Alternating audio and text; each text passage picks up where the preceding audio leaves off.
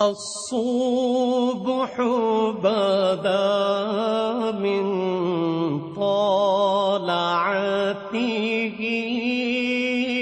والليل دجى من وفرته نحمده ونصلي على رسوله الكريم اما بعد فقد قال الله تبارك وتعالى كما ورد في سورة الأعراف اعوذ بالله من الشيطان الرجيم بسم الله الرحمن الرحيم فالذين آمنوا به وعزروه ونصروه واتبعوا النور الذي انزل معه اولئك هم المفلحون صدق الله العظيم رب اشرح لي صدري ويسر لي امري واحلل عقدة من لساني يفقهوا قولي اللهم ربنا الهمنا رشدنا واعذنا من شرور انفسنا اللهم صل على عبدك ونبيك ورسولك وحبيبك وخليلك محمد وبارك وسلم وسلم وبارك على جميع الانبیاء والمرسلین وعلى ملائکتک المقربین وعلى عبادک الصالحین وعلینا معهم یا ارحم الراحمین آمین یا رب العالمین۔ محترم وائس چانسلر صاحب، اساتذہ کرام، عزیز طلباء و طالبات، السلام علیکم ورحمۃ اللہ وبرکاتہ۔ آج جو مجھے موضوع دیا گیا ہے اس کے لیے میں نے سورہ اعراف کی آیت نمبر 157 کا آخری ٹکڑا جو ہے وہ آپ کو سنایا ہے۔ اس کا ایک پس منظر ہے وہ جان لیجیے۔ آپ کو معلوم ہے کہ جب حضرت موسیٰ بنی اسرائیل کو لے کر مصر سے نکلے ہیں، اس کے بعد مرحلہ آیا کہ اللہ تعالیٰ نے حضرت موسیٰ کو کوہ طور پر طلب فرمایا تورات عطا کرنے کے لیے۔ ان کی غیر حاضری میں ایک فتنہ کھڑا ہوا اور کچھ لوگوں نے ایک بچڑا بنا کر اس کی پرستش شروع کر دی بنی اسرائیل میں سے، سامری کا بنایا ہوا بچڑا۔ جب حضرت موسیٰ واپس آئے انہوں نے یہ دیکھا تو بہت غضبناک ہوئے، اور پھر اللہ تعالیٰ کے حکم سے فیصلہ ہوا کہ 12 قبیلوں میں سے جن لوگوں نے بھی یہ شرک کیا ہے ان کو انہی قبیلوں کے لوگ خود قتل کریں۔ کئی ہزار اسرائیلی قتل ہوئے۔ یہ بہت بڑا یوں سمجھیے کہ پرج ہوا ہے اس قوم کے اندر۔ اس کے بعد پھر مزید اللہ تعالیٰ کی خدمت میں استغفار کے لیے حضرت موسیٰ علیہ السلام اپنے 70 بڑے بڑے سردار جو تھے 12 قبیلوں کے، ان کو لے کر حاضر ہوئے۔ وہاں انہوں نے استغفار کیا اور ایک دعا کی، پروردگار وَاكْتُبْ لَنَا حَسَنَةً فِي الدُّنْيَا وَالْآخِرَةِ، ہمارے لیے نیکی کا اندراج کر دے، دنیا میں بھی آخرت میں بھی۔ جواب ملا اللہ تعالیٰ کی طرف سے، دیکھو عذاب تو میں جس کو چاہوں گا دوں گا، اور ویسے میری رحمت ہر شے کے ساتھ موجود ہے، ہر شے کا وجود میری رحمت سے ہے، لیکن ایک میری خاص رحمت ہے جو میں لکھ رکھوں گا ان لوگوں کے لیے جو میرے نبی امی آخری رسول ان پر ایمان لائیں گے صلی اللہ علیہ وسلم۔ وہ جب آئیں گے اور وہ نیکی کا حکم دیں گے، بدی سے روکیں گے، پاکیزہ چیزوں کو حلال قرار دیں گے، ناپاک چیزوں کو حرام قرار دیں گے، نوع انسانی کے اوپر جو بوجھ تھے جو اس وقت ہوں گے ان کو اتاریں گے۔ وہ جب آئیں گے تو جو لوگ فالذین آمنوا بہ نمبر 1، وعزروہ نمبر 2، ونصروہ نمبر 3، واتبعوا النور الذی انزل معہ اولئک ھم المفلحون، جو لوگ ان پر ایمان لائیں گے، ان کی تعظیم اور توقیر کریں گے، ان کی مدد کریں گے، اور جو نور ان کے ساتھ نازل کیا جائے گا یعنی قرآن، اس کی پیروی کریں گے، وہ ہوں گے جو فلاح پانے والے ہوں گے، میری خصوصی رحمت سے حصہ ان کو ملے گا۔ اب یہاں پہلے تو دعا کر لیجئے، اللہم ربنا اجعلنا منہم، اے اللہ ہم سب کو ان میں شامل فرما دے۔ جو تیرے نبی کے ساتھ تعلق کی ان 4 بنیادوں کی شرائط کو پورا کر سکے، تقاضوں کو پورا کر سکے۔ اب ذرا ان میں سے ایک ایک کو لیجئے۔ ایمان، جانی پہچانی چیز ہے ایمان جسے کہتے ہیں، اس کی تشریح میں جانے کی ضرورت نہیں، وقت بھی محدود ہے، لیکن ایک بات سمجھنے کی ہے بہت ضروری۔ ایمان کے 2 لیول ہیں۔ ایک قانونی ایمان ہے جس کی بنا پر ہم ایک دوسرے کو مسلمان سمجھتے ہیں، اس کا تعلق اقرار باللسان کے ساتھ ہے، زبان سے کہنا اشہد ان لا الہ الا اللہ وحدہ لا شریک لہ واشہد ان سیدنا و مولانا محمدا عبدہ ورسولہ۔ کوئی ہندو تھا، سکھ تھا، پارسی تھا، عیسائی تھا، یہ کلمہ کہے اور اسلام میں آ گیا۔ لیکن یہ زبانی کلامی ایمان جو ہے یہ انسان کی سیرت و کردار پر اثر انداز نہیں ہو سکتا۔ یہی وجہ ہے آج ہم دیکھ رہے ہیں مسلمان ہی جھوٹ بھی بول رہا ہے، مسلمان ہی بے ایمانی بھی کر رہا ہے، مسلمان ہی خیانت بھی کر رہا ہے، مسلمانوں کے لیڈر بلینز کی خیانت کر رہے ہیں۔ یہ کون ہے؟ سب مسلمان ہیں۔ وہ اس کی وجہ کیا ہے کہ ہم صرف قانونی مسلمان ہیں اور ہمارا ایمان قانونی ایمان ہے۔ اس کے لیے اسلام کا لفظ قرآن میں آیا ہے سورہ حجرات میں، قالت الاعراب آمنا قل لم تؤمنوا ولکن قولوا اسلمنا۔ اے نبی یہ بدو کہہ رہے ہیں ہم ایمان لے آئے، ان سے فرما دیجئے تم ہرگز ایمان نہیں لائے ہو، یوں کہو کہ ہم مسلمان ہو گئے ہیں۔ ولما يدخل الايمان في قلوبكم، ابھی تک ایمان تمہارے دلوں میں داخل نہیں ہوا۔ بہرحال اللہ کا شکر ہے اس نے ہمیں مسلمانوں میں پیدا کر دیا، ورنہ ہم میں سے کتنے ہوتے اگر کہیں اور پیدا ہو گئے ہوتے تو نعمت اسلام سے بھی ہم بہرہور ہو سکتے، کیا کہہ سکتے۔ اصل ایمان ہے جب وہ دل میں داخل ہو جائے، یقین بن جائے۔ اسی لیے بچپن میں یاد کیا ہوگا ایمان مجمل، آمنت باللہ کما ہوا باسمائہ وصفاتہ وقبلت جمیع احکامہ اقرار باللسان وتصدیق بالقلب۔ جب تصدیق بالقلب ہوگی تو اب اس کے تقاضے جو ہیں عملی پیدا ہوں گے۔ ان تقاضوں میں سے ایک میں 2 حدیثوں کے حوالے سے آپ کے سامنے رکھ رہا ہوں۔ پہلی حدیث حضرت عبداللہ بن عمرو بن العاص رضی اللہ تعالی عنہما سے مروی ہے، لا یؤمن احدکم حتی یکون ہواہ طبعا لما جئت بہ۔ دیکھو تم میں سے کوئی شخص مومن نہیں ہو سکتا جب تک کہ اس کی خواہش نفس تابع نہ ہو جائے اس شریعت کے، اس قانون کے، اس ہدایت کے جو میں لے کر آیا ہوں۔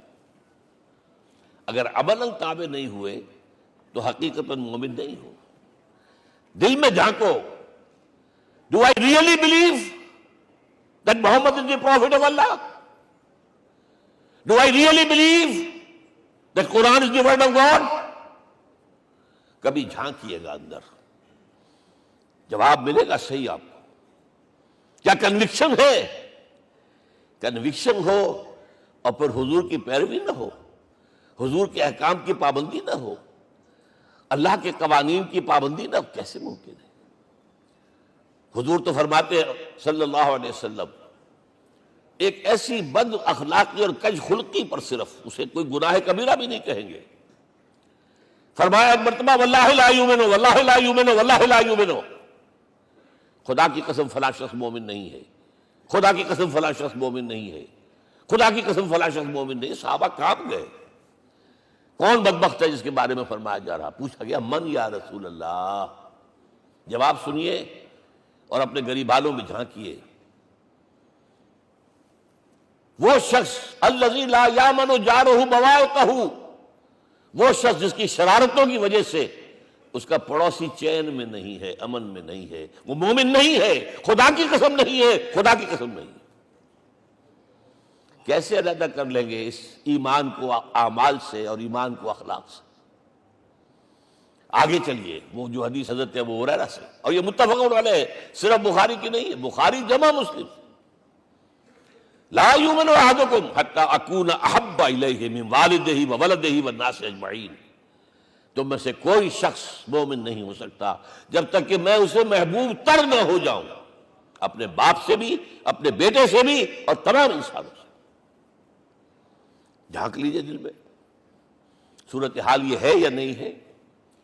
کیوں محبوب ہو جائیں؟ اس لیے کہ آپ کے ذریعے ہدایت ملی ہے، آپ کے ذریعے ہم اللہ سے جڑے ہیں، اور آپ کو معلوم ہے دنیا میں کوئی شاہ ہدایت نہیں، نعمت نہیں ہے جب تک کہ نعمت ہدایت نہ ہو۔ اگر صحت اچھی ہے، ہدایت نہیں ہے، تو بدماشیاں کریں گے، کیا کریں گے؟ آپ کو معلوم ہے صحت اچھی جو ہے کدھر جا کے کھپے گی اگر ہدایت نہیں ہے۔ اگر دولت ہے، ہدایت نہیں، کیا کریں؟ گلچھرے اڑائیں گے، عیاشیاں کریں گے، لوگوں پر اپنی دولت کا روب گانٹیں گے۔ اولاد ہے، ہدایت نہیں ہے، یہ اولاد سہان روح بھی بن جائے گی کہیں آپ کے لیے۔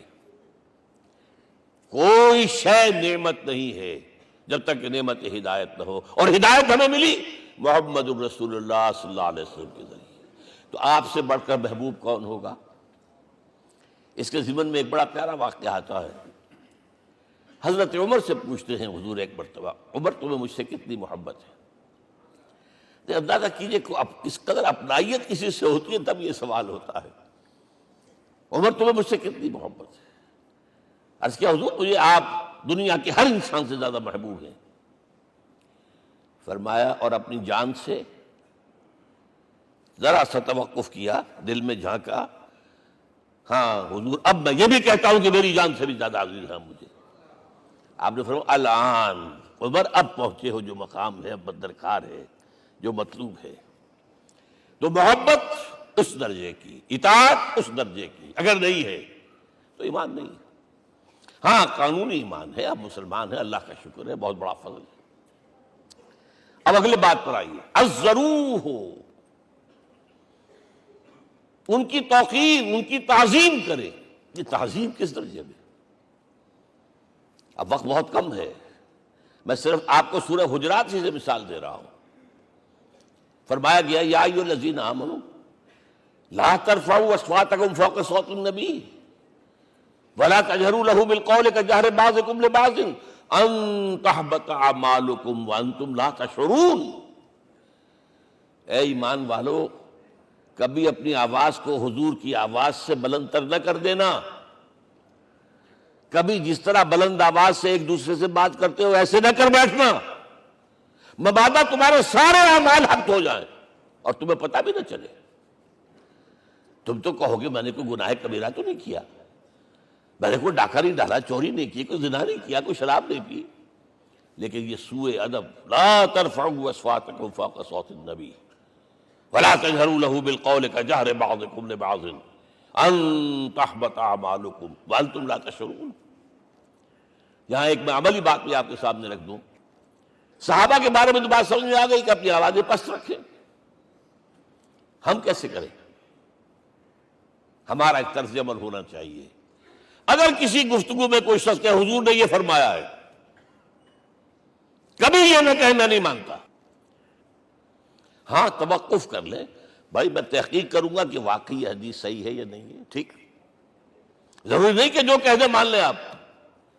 محدثین نے کتنی محنتیں کر کر کے چھانٹی کی ہے، لہذا یہ، لیکن فوراً اگر آپ نے نہیں میں نہیں مانتا، یہ عقل کے خلاف ہے، یہ فلاں ہے، یہ وہ ہے، یہ ہے کہ جو آپ سوء ادب کے مرتکب ہو رہے ہیں نبی اکرم صلی اللہ علیہ وسلم کی بارگاہ میں۔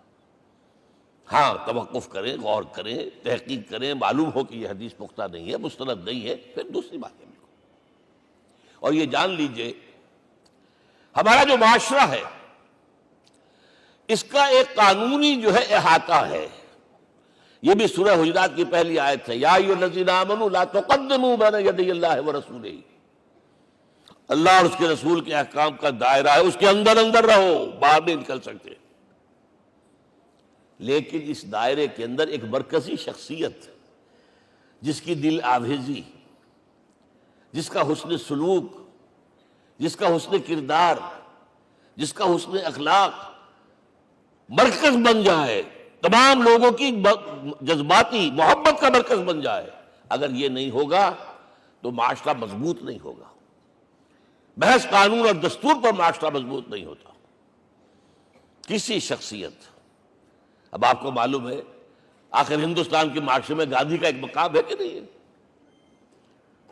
آخر یہ سارا معاملہ چل رہا ہے اسی کے گرد کے نہیں؟ ماؤ زے تنگ کے معاملہ ہے ہی کہ نہیں ہے؟ یہ سارا معاملہ دنیا میں عام لوگ کہہ دیتے، ریشنلسٹ لوگ، کہ ان چیزوں کی کیا ضرورت ہے، بھائی قانون دیکھنا چاہیے، دستور دیکھنا چاہیے، حکم دیکھنا، نہیں بھائی، جذباتی وابستگی، کہ ایک ہستی تو ایسی ہو کہ جس کے کچھ کہنے پر فوراً زبانیں بند ہو جائیں، اور اس کا نقشہ میں سعودی عرب میں دیکھتا ہوں، اگر وہاں کے دو بدو لڑ رہے ہوں سخت اور ایک دوسرے کو کھانے کو دوڑ رہے ہوں، کوئی شخص کہتے صلی علی النبی، فوراً خاموش. معلوم ہوتا ہے آگ کے اوپر کسی نے پانی ڈال دیا، خاموش، صلی علی النبی، صرف یہ کہنے سے. یہ جذباتی وابستگی اگر محمد سے نہیں ہے صلی اللہ علیہ وسلم تو آپ کا معاشرہ کبھی مضبوط نہیں ہوگا.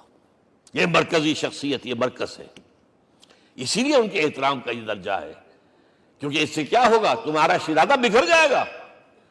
اگر ان کے ساتھ جذباتی محبت نہیں ہوگی تمہارا شیرازہ بکھر جائے گا. یہ آیا معاملہ. اب میں آپ کو بتانا چاہتا ہوں تہذیب. ہمارے ہاں اصل میں بدقسمتی سے ہم سیرت کی تقریریں کرتے ہیں، حضور کی عظمت بیان کرنے کی کوشش کرتے ہیں. کچھ لوگ تو خیر حضور کی زلفیں ہیں، حضور کی آنکھیں ہیں، حضور کی کملی ہے، حضور کا سایہ نہیں تھا وغیرہ، یہ باتیں اپنی جگہ ہیں، ہر چیز ٹھیک ہے. لیکن یہ جان لیجئے حضور کی اصل عظمت ایک نبی اور رسول کی حیثیت سے ہے، اور وہ شے وہ ہے جہاں جبرائیل کے بھی پر جل رہے ہیں، اس کی حقیقت کون جانتا ہے. میں ایک مثال دے رہا ہوں آپ کو کہ حضور 100 میں مثال رکھا کرتے تھے. آج روزہ رکھا، شام کو افطار نہیں کیا، وہ رات کو چل رہا ہے روزہ، اگلے روز پھر وہ کنٹینیو کر رہا ہے شام تک. 2 دن کا 100 میں مثال، 3 دن کا بھی رکھتے تھے. صحابہ نے اجازت چاہی، حضور ہمیں بھی اجازت دے دیں. نہیں، آج کے حضور آپ تو رکھتے ہیں، ہمیں منع کرتے ہیں. اب سنیے، ایکم مثلی، تمہیں سے کون ہے مجھ جیسا؟ ابھی تو اندر ربی، میں تو اپنے رب کے پاس رات گزارتا ہوں. ہوا یطعمنی ویسقین، وہ مجھے کھلاتا اور پلاتا ہے. کیا سمجھیں گے ہم؟ کیا ہماری سمجھ میں آئے گا؟ یہ معاملہ نبوت کے جو اسرار اور رموز ہیں، ان کا جو مقام اور مرتبہ ہے، وہ کوئی نبی پہچان سکتا، غیر نبی تو پہچان ہی نہیں سکتا. ایک ڈاکٹر کا کیا مقام ہے اپنے فن میں، وہ کوئی ڈاکٹر ہی سمجھ سکے گا نا، غیر ڈاکٹر کہاں سمجھے گا؟ اور حقیقت میں وہی سمجھے گا جو اس سے بھی اوپر کا ڈاکٹر ہے. نیچے والا تو نہیں سمجھ سکتا. جو کمتر ہے وہ تو صرف اوپر دیکھے گا، اللہ اللہ خیر صلی اللہ. جو اوپر ہے اور ظاہر ہے محمد سے اوپر کوئی نہیں صلی اللہ علیہ وسلم. یہی وجہ ہے، دیکھیے شیخ سعدی کو کیا کہنا پڑا، یا صاحب الجمال و یا سید البشر من وجهك المرير لقد نور القمر لا يمكن الثناء كما كان حقه بعد از خدا بزرگ توئی قصہ مختصر. اے محمد صلی اللہ علیہ وسلم، آپ کی ثنا جیسے کہ حق ہے ہو ہی نہیں سکتی. غالب اس سے بھی آگے گیا ہے، میں بات ابھی آپ کو سناتا ہوں شعر اس کا. آپ کی ثنا کا حق ادا ہو ہی نہیں سکتا، بس ہم یہ جانتے ہیں اللہ کے بعد آپ کا مقام.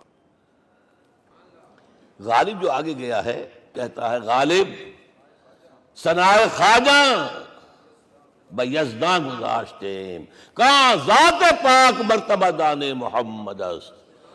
اے غالب، ہم نے تو حضور کی ثنا تو اللہ کے حوالے کر دی ہے، اس لیے کہ وہی ذات پاک جانتا ہے مرتبہ محمد کا کیا ہے صلی اللہ علیہ وسلم.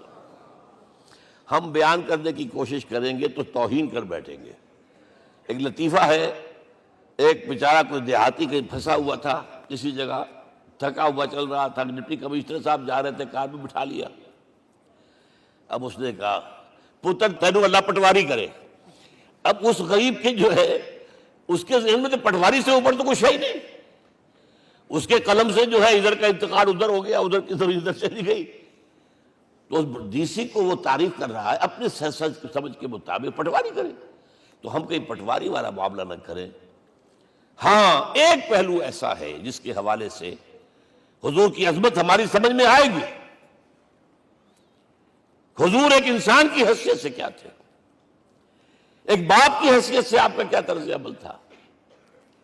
ذرا یاد کیجئے، جگر گوشہ رسول حضرت فاطمہ بطول رضی اللہ تعالیٰ عنہ وہ حاضر ہوتی ہے، ابا جان دیکھیے چکی پیس پیس کر یہ گھٹے پڑ گئے میرے ہاتھ میں. کہ کنویں سے پانی لاتی ہوں، مشکیزیں کہ یہاں پر بندیاں پڑ گئی۔ حضور اب تو عام لوگوں پر بھی آسانیاں ہیں، لوگوں کے ہاں غلام آ گئے ہیں، کنیزیں آ گئی ہیں، مال و دولت آ گئی ہے، مجھے بھی کوئی غلام کنیز عطا ہو جائے۔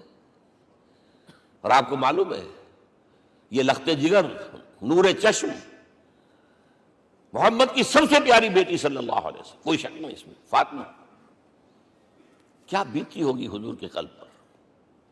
لیکن فرمایا کیا بیٹی، یہ دنیا کی چیزیں ہمارے لیے نہیں ہیں، میں تمہیں اس سے بہتر شے دیتا ہوں، تسبیح فاطمہ، ہر نماز کے بعد 33 مرتبہ سبحان اللہ، 33 مرتبہ الحمدللہ، 33 مرتبہ اللہ اکبر کہہ لیا کرو۔ لیکن سوچ لیجئے دل پر کیا گزری ہوگی صلی اللہ علیہ وسلم۔ حضرت عائشہ سے پوچھئے، حضرت خدیجہ سے پوچھئے، حضور کیسے شوہر تھے؟ آپ سے زیادہ خواتین کے حق میں نرم، گھر کے کام کا جھاڑو دے رہے ہیں، کپڑے جو ہیں بوسیدہ انہیں سی رہے، گھر میں بیٹھے ہوئے، یہ کام کرتے تھے۔ بہرحال ایک بات میں آپ سے عرض کروں، آپ انسان کی جس حیثیت کا بھی ذہن میں تصور کریں گے وہ ساری حیثیتیں محمد میں موجود ہیں صلی اللہ علیہ وسلم۔ محمد حاکم کی حیثیت سے بھی ہیں، محمد سب سالار کی حیثیت سے بھی ہیں، محمد قاضی القضات بھی ہیں، محمد ہیڈ آف دی اسٹیٹ بھی ہیں، محمد بیویوں والے بھی ہیں، اولاد والے بھی ہیں، محمد 5 وقتہ امام بھی ہیں، جمعے کے خطیب بھی ہیں، مدرس قرآن بھی ہیں، مربی بھی ہیں، مزکی بھی ہیں، اور ہر میدان میں بلند ترین مقام۔ کوئی ایسی جامع شخصیت ملے گی؟ ہمارے ہاں تو حال یہ ہے کہ جو خطیب صاحب ہوتے ہیں وہ 5 وقتہ نماز کیسے پڑھا سکتے ہیں؟ ان کا تو اونچا مقام ہے، 5 وقتہ نماز کے لیے تو علیحدہ چاہیے امام آپ کو، اور وہاں بھی ایک امام سینئر ہوگا، وہ عشاء مغرب اور فجر پڑھائے گا، ایک جونیئر ہوگا بیچارہ، وہ جو خاموش نماز ہے وہ پڑھائے گا۔ 5 وقتہ نماز پڑھا رہے ہیں محمد صلی اللہ علیہ وسلم، اور خطیب بھی وہی ہے، مربی بھی وہی ہے، مزکی بھی وہی ہے۔ ہمارے ہاں جو لوگ تزکیہ نفس کے میدان میں ہیں وہ پھر جماعت کبھی نہیں کراتے، کبھی نہیں دیکھا ہوگا آپ نے کسی صاحب کو کراتے ہوئے۔ یہ جامعیت جو ہے، جامعیت کبریٰ، میں صرف ایک بات کہا کرتا ہوں، ایک اعتبار سے حضور کا اسوہ نامکمل ہے۔ آپ مجھے سوء ادب کا مرتکب نہ قرار دے دیں، اسوہ کیا ہے؟ عورت کے لیے اس کی اپنی نسوانی زندگی کے لیے اسوہ آپ میں نہیں ہے، آخر نصف انسانیت ہے، اسے بھی اسوہ چاہیے۔ یہ ہے جس کی وجہ سے حضور نے شادیاں کی ہیں زیادہ۔ خواتین کے لیے اسوہ حضور کے ازواج مطہرات ہیں، اور ان میں سب سے بڑھ کر جو بالکل یوں سمجھیے کہ آغاز کے اندر نوجوانی میں آ گئی ہیں حضور کی خدمت میں، نہایت ذہین و فطین، انہوں نے پھر عورت کی زندگی کے لیے حضور کا جو طرز عمل تھا وہ انہوں نے بیان کیا نا۔ اس لیے سورہ احزاب کے اندر اس کا تذکرہ ہے، جہاں یہ آتا ہے لقد کان لکم فی رسول اللہ اسوۃ حسنہ، وہیں پر یا نساء النبی لستن کاحد من النساء، اے نبی کی بیویوں تم عام عورتوں کے مانند نہیں ہو، تمہیں تو اسوہ بننا ہے امت کے لیے۔ اب اس سے اگلا قدم میں بڑھا رہا ہوں آگے، اور اس کے ساتھ جڑ جائے گی تیسری بات۔ تیسری بات کیا ہے؟ وَنَصَرُوهُ، اس کی مدد کریں صلی اللہ علیہ وسلم۔ پہلی بات تو یہ نوٹ کیجئے، حضور انتہائی غیور انسان تھے، انتہائی غیور۔ یہ کہا جاتا ہے کہ اگر حضور گھوڑے اس میں سوار ہوتے تھے اونٹ پر اور آپ کا کوڑا نیچے گر گیا تو آپ یہ کسی سے نہیں کہتے تھے کہ ذرا یہ میرا کوڑا مجھے پکڑا دینا، یہ بھی گوارا نہیں تھا، آپ اونٹ بٹھا کر نیچے اتر کر اپنا کوڑا خود اٹھاتے تھے۔ کسی سے اپنے ذاتی کام کے لیے کوئی مدد مانگنا امکان ہی نہیں۔ بلکہ ایک واقعہ تو وہ ہے جب بھی میں تذکرہ کرتا ہوں میری آنکھوں میں آنسو آ جاتے ہیں، یہ ہجرت کے وقت کا واقعہ ہے۔ آپ کو معلوم ہے حضور نے تمام مسلمانوں کو مکے سے جانے کی اجازت دے دی، چلے جاؤ مدینے، چلے جاؤ مدینے، آپ خود تھے موجود، اس لیے کہ رسول اپنے مقام کو نہیں چھوڑ سکتا وداؤٹ ایکسپریس پرمیشن فرام اللہ سبحانہ وتعالی۔ اب حضرت ابوبکر پوچھ رہے ہیں حضور اجازت آ گئی؟ نہیں آئی. آ گئی نہیں آئی، دن گزر رہے ہیں. حضرت عائشہ کی روایت ہے کہ ایک روز ہم نے دیکھا دوپہر کے وقت آ رہے ہیں حضور، کپڑے سے اپنا سر جو ہے ڈھانپا ہوا ہے. عرب میں دوپہر کے وقت وزٹ کرنا جو ہے یہ ان کے خلاف دستور ہے، ان کی تہذیب کے خلاف ہے. یہ قیلولے کا وقت ہوتا. تو حیران ہوئے. آتے ہی فرمایا ابوبکر ہجرت کی اجازت ہو گئی. اب انتہائی خوشی سے اور بڑی امید میں کہ بڑی شاباش ملے گی، حضرت ابوبکر فرماتے ہیں، عرض کرتے ہیں حضور میں نے 2 اونٹیاں تیار کر رکھی ہیں، خوب کھلا پلا کے انہیں فرما کیا ہوا ہے، یہ ہجرت میں ہمارے کام آئے گی. حضور تھوڑا سا توقع فرماتے ہیں، پھر کہتے ہیں اچھا ٹھیک ہے، ایک میں استعمال کروں گا لیکن میں اس کی قیمت ادا کروں گا. حضرت ابوبکر رو پڑے. حضور مجھ سے یہ مغایرت، سائے کے تناب کے ساتھ رہنے والا، اس سے یہ مغایرت، ذرا سے اشارے پر اپنی کم سن بیٹی پیش کر دی نکاح کے اندر، اس سے یہ مغایرت. رو پڑے. لیکن حضور کی اپنی غیرت تھی، میں قیمت دوں گا. اب بتائیے مدد کا کہ یہ درکار تھی؟ مدد تھی ان کے مشن کے لیے. مشن 2 حصوں میں تھا. اس کو جانیے، آج کچھ علمی باتیں آ رہی ہیں. حضور کے مشن کے 2 حصے، ایک ابتدائی جو تمام انبیاء اور رسول کا تھا، ایک تکمیلی جو صرف محمد کا صلی اللہ علیہ وسلم. ابتدائی کیا ہے؟ اللہ کی طرف دعوت، تبلیغ. جو دعوت قبول کر لیں ان کے لیے بشارت، بشیر کہ تمہارے لیے آخرت میں جنت ہے، نعمتیں ہیں. رد کر دیں ان کے لیے نذیر، خبردار کرنے والے، جہنم کے لیے تیاری کر لو. داعی اللہ، اللہ کی طرف بلانے والے. سراجا منیرا، روشنی کے چراغ. یہ حیثیتیں مشترک ہیں تمام انبیاء کرام. تمام انبیاء بشیر بھی تھے، نذیر بھی تھے، داعی بھی تھے، سراج منیر بھی تھے. اگرچہ ان تمام حیثیتوں میں بھی حضور کا سب سے اونچا مقام علیحدہ نمایاں ہے، لیکن حیثیتیں بنیادی طور پر مشترک. ایک حیثیت تکمیلی، اور وہ کیا ہے؟ اے نبی جو دین آپ کو دیا گیا ہے، صرف تبلیغ نہیں، صرف تعلیم نہیں، اس کو قائم کر کے دکھاؤ نظام زندگی کی حیثیت سے. 3 مرتبہ قرآن میں یہ الفاظ حضور کے لیے آئے ہیں، هو الذی ارسل رسولہ بالہدی ودین الحق لیظہرہ علی الدین کلہ. 3 دفعہ سورہ توبہ میں یہ الفاظ آئے، سورہ صف میں یہ الفاظ آئے، سورہ فتح میں یہ الفاظ آئے. وہی اللہ جس نے بھیجا ہے اپنے رسول کو صلی اللہ علیہ وسلم، الہدا قرآن حکیم، ہدایت کاملہ، اور نمبر 2 دین حق. یہ 2 چیزیں دے کر بھیجا. کس لیے؟ تاکہ اس دین کو غالب کرے پورے نظام زندگی پر. یہ معاملہ ذرا سوچئے. اور یہ حضور کے لیے 3 دفعہ، اور کسی اور نبی کے لیے 1 دفعہ بھی نہیں. قرآن مجید کے اس نقطے کو ذہن نشین کر لیجیے. اصل میں یہ کیا ہے؟ اسے ہم یوں کہیں گے، ایک ہے نبوت و رسالت، ایک ہے تکمیل نبوت و رسالت. ہمارے ہاں ختم نبوت کے اوپر تو زور دیا گیا ہے، اور صحیح دیا گیا ہے، ایمان کا ہمارا جز ہے. حضور کے بعد کسی نے بھی دعویٰ کیا نبوت کا، وہ جھوٹا، کذاب، دجال. جس نے مانا وہ بہرحال دائرہ اسلام سے خارج ہے، اور جو بھی کچھ ہوا کرے وہ.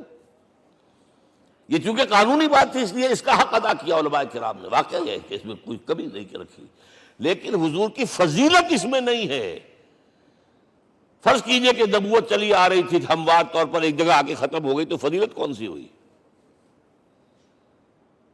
نہیں، نبوت و رسالت تدریجاً ترقی کرتے ہوئے اپنے نقطۂ عروج کو پہنچ کر ختم ہوئی. یہ ہے فضیلت. اب آپ سوچئے، الہدا دیا گیا حضور کو، تو کیا تورات میں ہدایت نہیں تھی؟ سورہ اعراف کی آیت ہے، سورہ مائدہ کی، انا انزلنا التوراۃ فیہا ھدی ونور. ہم نے نازل کی تھی تورات، اس میں ہدایت بھی تھی، نور بھی تھا، ہم مانتے ہیں اللہ کی کتاب تھی۔ وہی فرمایا ہے انجیل فیہ ھدی و نور، اس میں ہدایت بھی تھی، نور بھی تھا۔ پھر یہ الہدیٰ قرآن آیا، یہ کیا ہے؟ ہدایت نے درجہ بدرجہ ترقی کرتے ہوئے قرآن میں آ کر کامل ہو گئی، ہدایت کامل۔ وجہ کیا ہے؟ انسان کا شعور بھی تو درجہ بدرجہ بڑھا ہے۔ ایک وقت تھا ہمارا بچپن تھا، فکر کے اعتبار سے، سوچ کے اعتبار سے، علم کے اعتبار سے، ہمارے آباء و اجداد کبھی جو رہتے تھے غاروں کے اندر یا کبھی آئے ہیں تو کیا تھا ان کے پاس؟ اب اس وقت جو ہے کسی کو آپ پرائمری کے بچے کو پی ایچ ڈی ڈاکٹر رکھ دیجئے ٹیوٹر، تو کیا پڑھائے گا؟ پڑھائے گا تو وہی جو پرائمری کا بچہ سمجھ سکے۔ لہذا وہ جو کہا گیا تھا آدم کو اس زمین کی خلافت دیتے، فَإِمَّا يَأْتِيَنَّكُم مِّنِّي هُدًى فَمَن تَبِعَ هُدَايَ فَلَا خَوْفٌ عَلَيْهِمْ وَلَا هُمْ يَحْزَنُونَ۔ یہ ہدایت رفتہ رفتہ آئے گی آئے گی آئے گی آئے گی۔ اور یہ بات جان لیجئے، پروفیسر ڈاکٹر محمد شریف نے جو کتاب لکھی ہے فلسفے کی تاریخ پر، اس میں بتایا ہے کہ 1200 برس انسانی تاریخ کے بہت ہی پروڈکٹیو ہے فلسفیانہ فکر کے لیے۔ From 600 BC to 600 AD 1200 years سارے فلسفے اسی میں پیدا ہوئے۔ سقراط، بختار، افلاطون اور یہ سب نکل گئے، اور کنفیوشس بھی آ گیا، تاؤ بھی آ گیا، اور بدھ بھی آ گیا، جین بھی آ گیا، سب آ گئے، سب آ گئے۔ گویا کہ انسان جب کچھ سوچ سکتا تھا، جتنا سوچ سکتا تھا سوچ چکا۔ اور یہ بھی سنا دوں، حضرت عیسیٰ نے کہا تھا اپنے حواریوں سے، ڈپارٹنگ جو میسج تھا، مجھے ابھی تم سے اور بھی بہت باتیں کرنی تھی لیکن تم ان کا تحمل نہیں کر سکو گے، جب وہ فارقلیت آئے گا صلی اللہ علیہ وسلم تو تمہیں سب کچھ بتائے گا۔ لہذا جب انسان بلوغت کو پہنچا ہے فلسفیانہ فکر کے اعتبار سے، تب، اور یہ بھی نوٹ کر لیجئے، بہت اہم بات کہہ رہا ہوں، چند مہینے غار حرا کی تنہائیوں میں اللہ تعالیٰ نے حضور کو وہ سارا ذہنی سفر طے کرایا ہے۔ کیا کرتے تھے حضور جا کر غار حرا میں؟ کبھی سوچا آپ نے؟ اگر آپ یہودیوں میں پیدا ہوئے ہوتے تو یہودی طرز پر آپ عبادت کرتے، اگر کہیں عیسائیوں میں پیدا ہوتے تو عیسائیوں کی طرف پر آپ تو نہیں تھے، آپ تو پیدا وہ مشرکین میں شرک کرنے کا امکان ہی نہیں آپ کے لیے، تو کیا کرتے تھے؟ حدیث کے الفاظ یہ یتحنث فی، وہاں جا کر عبادت کرتے تھے۔ اب شارحین حدیث نے بہت عمدہ لکھا ہے، کانا صفت و تعبد ہی فی غار حرا التفکر والاعتبار، غار حرا میں آپ کی عبادت فکر، غور و فکر، تفکر و اعتبار، جس کی میں تعبیر یہ کر رہا ہوں، جس کو کہا کبھی اکبر اللہ آبادی نے، خدا کے کام دیکھو بعد کیا ہے اور کیا پہلے، نظر آتا ہے مجھ کو بدر سے غار حرا پہلے۔ تم غار حرا کو نہیں جانتے، مصطفیٰ اندر حرا خلوت گزید، قوم آئین و حکومت آفرید۔ The most productive part of the period life of Muhammad is that which he passed in غار حرا۔ فکر کی ساری جو ہیں بلندیاں طے کی، تب آیا ہے اقرا بسم ربک، اب اللہ کا الہدیٰ شروع ہوا ہے۔ اچھا، اسی طرح نمبر 2، دین حق مکمل ہوا ہے۔ ورنہ جب ہم کبھی غاروں میں رہتے تھے کسی میونسپلٹی کا بھی سوال نہیں، نظام کسے کہیں گے؟ پھر یہ ہے کہ قبائلی نظام آیا، چلیے ایک شیخ ہے اس کا کہنا ماننا ہے سب کو، کچھ نظام تو بن گیا نا۔ اور نظام جہاں آئے گا جکڑ بندی ہو جائے گی، اب تم فلاں قبیلے کے شخص ہو، اس کا قبیلے کا سردار یہ، تمہیں حکم ماننا پڑے گا، اس قبیلے کی روایت یہ ہے، تمہیں پیروی کرنی پڑے گی، you have to do it whether you like it اور ناٹ۔ پھر آپ کی سٹی اسٹیٹس وجود میں آئی، پھر امپائرز وجود میں آ گئے۔ 400-500 برس سے رومن امپائر، 400-500 برس سے ایرانین امپائر عرب کے اوپر ایسے تھی جیسے افغان کے سر کے اوپر بہت بڑا جو ہے پگڑ رکھا ہوتا ہے۔ کتنا بڑا ہوتا ہے؟ وہ کسی نے شعر کہا بھی تھا، مجھے تو اب یاد نہیں، کہ سر پہ باندھے ہوئے پورا افغانستان۔ میرا خیال ہے ضمیر جعفری۔ تو کیا تھا یہ جزیرہ نما عرب؟ یہ جزیرہ کہلاتا ہے، الجزیرہ، الجزیرہ، اس لیے کہ نیچے آپ کو معلوم ہے بحیرہ عرب، ادھر جو ہے خلیج آ رہی ہے آخر تک، ادھر سے بحیرہ قلزم جا رہا ہے، اور پھر خلیج عقبہ آ گئی ہے، تو یہ سارا جو ہے جزیرہ نما ہے، اس سے پیننسولا۔ لیکن عرب اوپر دو اور ہیں، عراق عرب، شام عرب۔ عراق عرب پر قبضہ ایران کا، شام عرب پر رومیوں کا۔ اور جب یہ سلطنتیں بن گئیں تو گویا کہ انسان شکنجے میں آ گیا۔ ظلم، محنت کرے کسان، عیش کرے جاگیردار، اور بادشاہ محل بنائے، لگان وہاں سے آ رہا ہے۔ از جفائے دے خدایاں کشتے دہ خانہ خراب۔ کرگے پر بیٹھا ہوا کوئی کھدر بن رہا ہے، ٹیکس دو۔ بادشاہ محل بھی بنائے گا، یاشیاں بھی کرے گا، سارا نسوانی حسن جو ہے کوہ قاف کا لے آئے گا اپنے ہاں، اور پھر فوج بھی رکھے گا۔ ذرا تم نے گردن اٹھائی تو تمہاری سرکوبی کرنے کے لیے فوج تیار ہے۔ یہ جب جکڑ بند آئی ہے انسان پر، تب محمد کو بھیجا گیا ہے۔ دلی بیٹ، اسے آزاد کرانے والا، دین حق دیا گیا۔ یہ دین حق قرآن مجید میں اسی لیے کہا گیا، یہ میں کہہ رہا ہوں تکمیل رسالت النبوت۔ الیوم اکملت لکم دینکم واتممت علیکم نعمتی ورضیت لکم الاسلام دینا۔ آج میں نے تمہارے لیے تمہارے دین کو کامل کر دیا ہے، یہ مکمل نظام زندگی ہم نے دیا ہے، پہلے تھا ہی نہیں۔ لہذا کسی اور نبی سے یہ نہیں کہا گیا کہ اس کو غالب کرو، میں نے آپ کو بتا دیا کہیں نہیں ہے۔ نہ نوح، نہ ہود، نہ صالح، نہ ابراہیم، نہ موسیٰ، نہ عیسیٰ، کوئی بھی نہیں۔ اور حضور سے کہا گیا یہ دین اب غالب کرو۔ اگر صرف تم کتاب میں لکھ کر دے جاؤ اور اس کے مثال پیش نہ کر سکو، دنیا کہے گی بہت اچھی شاعری ہے۔ آج بھی آپ کو معلوم ہے دی ریپبلک کتاب زندہ ہے، لیکن آج تک ایک دن کے لیے بھی وہ نظام پہ قائم ہوا ہے۔ ہم یہی کہیں گے کہ ٹھیک ہے، یہ جو ہے ایک خواب ہے، اللہ اللہ سر، اس کے سوا کیا یوٹوپیا ہے۔ اس نظام کو قائم کر کے دکھاؤ۔ اب آپ اس کو اینالائز کر لیجئے، اچھی طرح سمجھ لیجئے۔ It was the revolutionary role which was assigned to محمد صلی اللہ علیہ وسلم۔ نظام کو بدلنا، اسی کا نام تو انقلاب ہے۔ انقلاب کسے کہتے ہیں؟ دنیا میں دو نظام ایک جگہ نہیں ہو سکتے، مذہب 100 بھی ہو سکتے ایک جگہ۔ مذہب لمیٹڈ ہے، آپ کی ذاتی زندگی، آپ کے کچھ عقائد ہیں، کچھ عبادات ہیں، کچھ رسومات ہیں، کچھ سوشل رائٹس ہیں، یہ ہے بس۔ تو یہ تو 100 بھی دے کین کو ایگزسٹ۔ امریکہ میں کتنے ہیں؟ مسلمان گئے مسجدیں بنا لی ہیں، ہندو گئے مندر بنا لیے ہیں، سکھ گئے ہیں ان کے گردوارے بنے ہوئے ہیں، سلوتے یعنی یہودیوں کے عیسائیوں کے تو بے شمار ہے ہی ہے، لیکن ہے ہم مذہب۔ لیکن دین تو دو نہیں ہو سکتے، یا ڈیموکریسی ہوگی یا بادشاہت ہوگی، ایک تو دو تو نہیں ہو سکتے۔ یا کیپٹلزم ہوگا یا سوشلزم ہوگا، دو تو نہیں ہو سکتے۔ یا تھیوکریسی ہوگی یا ڈیموکریسی ہوگی، دو نہیں ہو سکتے۔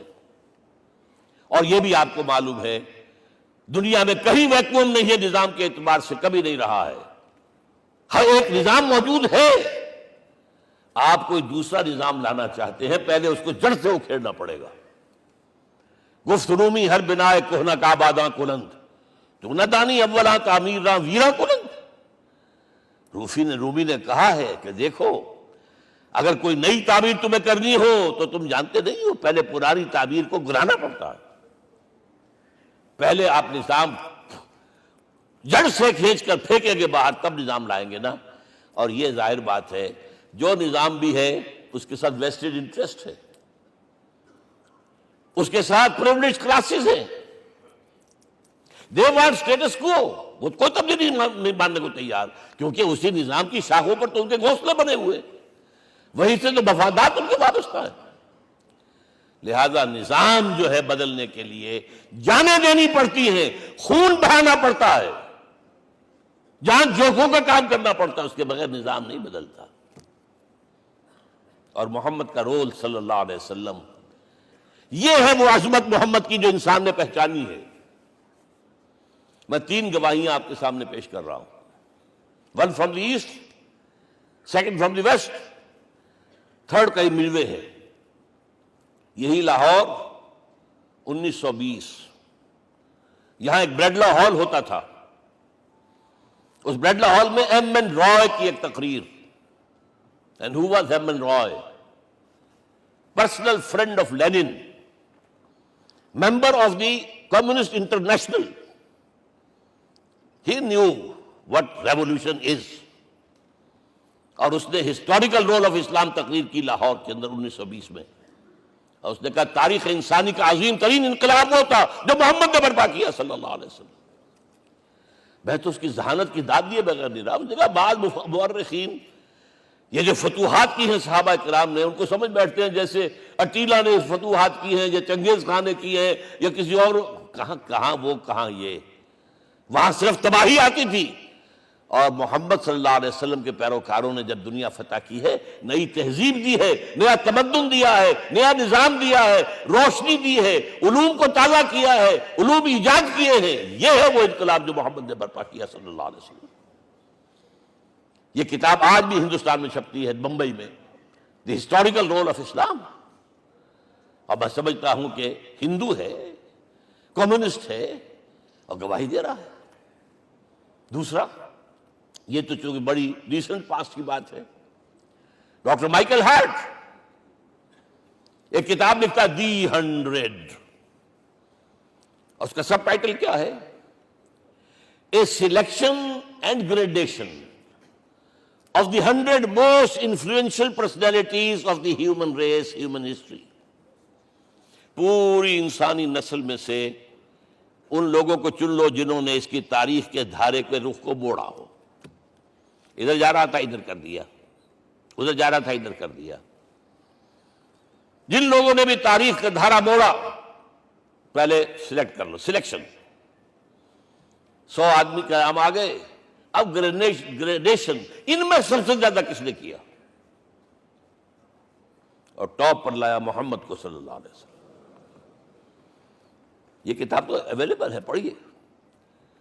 اور چونکہ عیسائی ہے اور حضرت عیسیٰ کو نمبر 3 پر لے گیا، غور کیجئے، نمبر 2 پر لایا نیوٹن کو، بابائے طبیعیات، اور پھر کہتا ہے naturally I O an explanation. میں عیسائی ہوتے ہوئے I'm placing Muhammad at top. How? This is because, یہ لفظ یاد کیجئے، this is because he is the only person supremely successful in both the religious and secular fields۔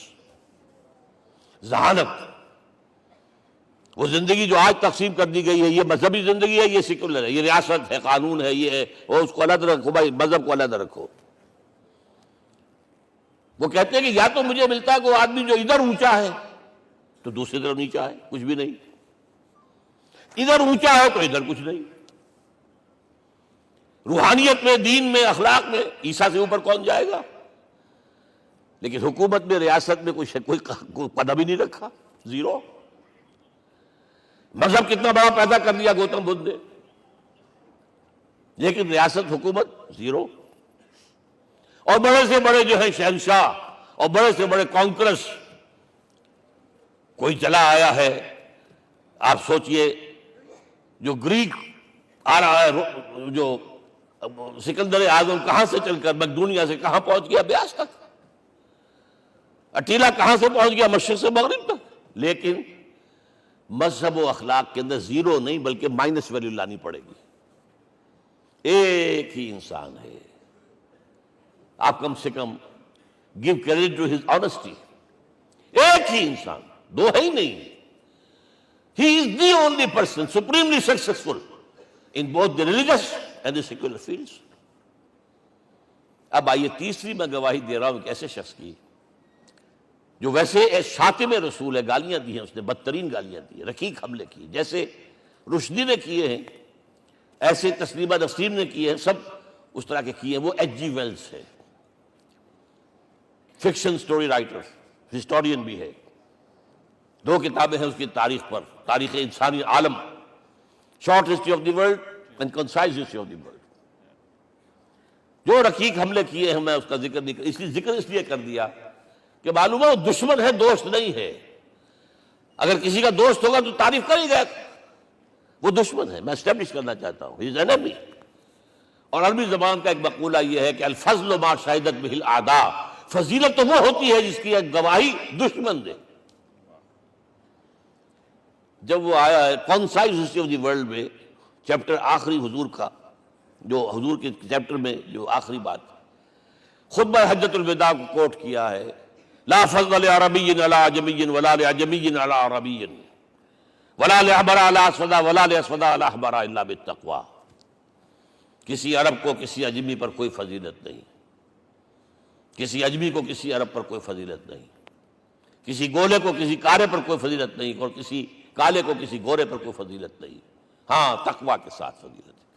اب ذرا میرا ایک ایک لفظ نوٹ کیجئے، کیا لکھتا ہے اس پر؟ Although the sermons of human freedom, fraternity and equality were said before also, and we find a lot of these sermons in Jesus of Nazareth، مسیح ناصری حضرت عیسیٰ علیہ السلام کے ہاں بھی وعظ تو ہمیں بہت ملتے ہیں، but it must be accepted that it was Muhammad صلی اللہ علیہ وسلم who for the first time in history established a society based on these principles۔